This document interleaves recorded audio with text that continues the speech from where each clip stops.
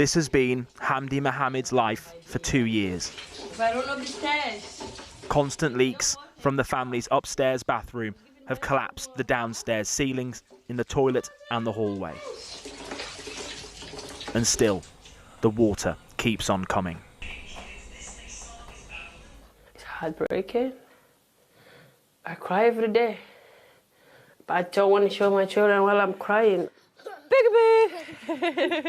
Hamdi came to the UK from Kenya after fleeing persecution, but says she's faced racism since arriving here in Hull.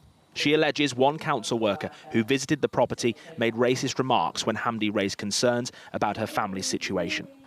She told me, you know you can go back. She said you can go back to your own country? You know you can go back.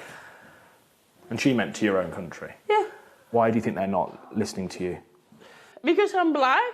I used to say I don't, but I believe now, yeah, some of them, because when I ask them, what's going on, what's wrong with me, and they think I'm nothing. Hull City Council says it takes allegations of racism seriously, and though it wasn't reported, they will now investigate. It says more than 70 repairs have been carried out to Hamdi's home, including substantial work in June before the property deteriorated again. The council plans to move them into a new home soon. But in our investigation, we've met other tenants from other councils who feel the same. Straight away they say, Leroy, it's a black person, we don't want to deal with this person. I begged for help, but I did not get help. And I said, maybe because I'm no English speaker. It's racism. But it's not just tenants making such claims. As soon as you hit the management level, you see racism spoken openly. This senior manager in a London council housing department came forward to ITV News after witnessing racism routinely towards residents. They'll make prejudgments on people because of their race, their colour, their religion. We had a large number of African residents and we had a big meeting with them because they were unhappy.